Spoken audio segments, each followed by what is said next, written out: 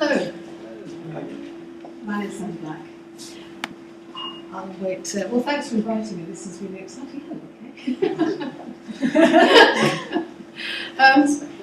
Hello, okay. I can start. I've got a lot of material, but a lot of it is pictures, so I'll just run through as many as we've got time for. I'm not here to sort of completely defend fashion, because I feel an attack coming on. But to sort of look at realities and also look at, sorry about the advert, but I just wanted to mention the idea of the fashion paradox, because the business of fashion is actually one which is full of contradictions. You know, we've got the bespoke and couture, the sort of beauty of that against fast fashion. We've got things like the producer groups we've got the luxury in Bond Street, but the producer groups in developing countries that are poverty-stricken, making those.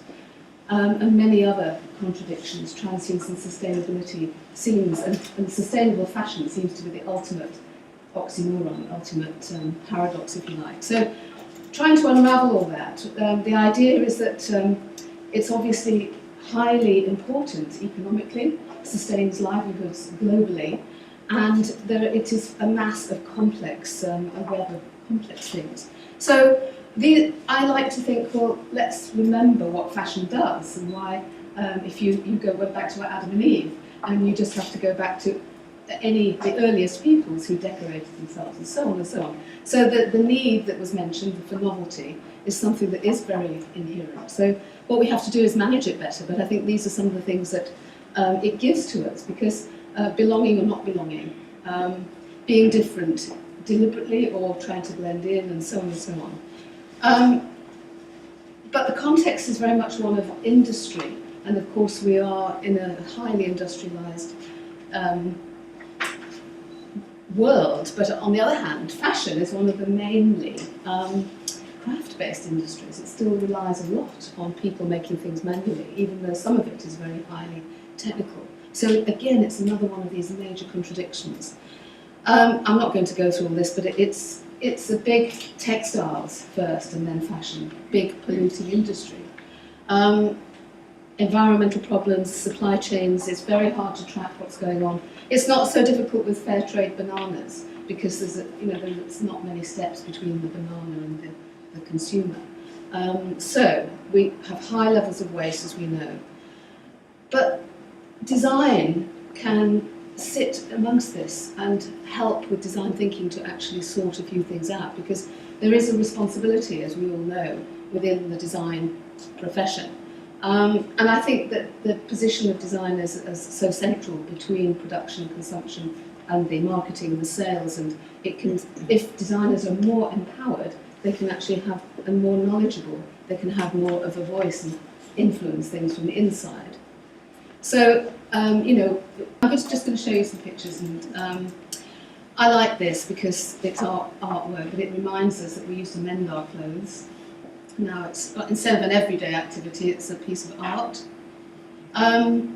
There's quite a few examples here of the remade. Okay, I'll just run through. Junkie styling. These are iconic pieces that are that's made out of loads of spotty dresses.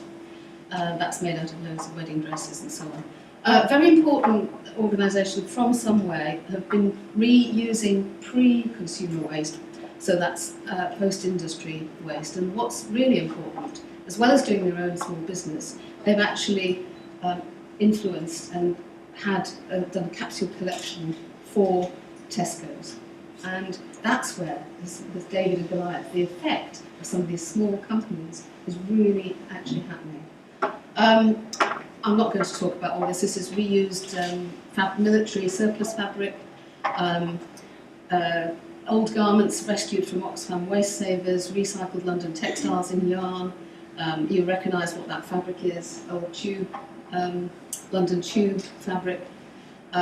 This is interesting. One of our ex-graduates actually who is looking at ways to work in China with excess inventory, so that it's actually taking stuff that didn't sell but is still perfect and remaking it into something that's more currently fashionable.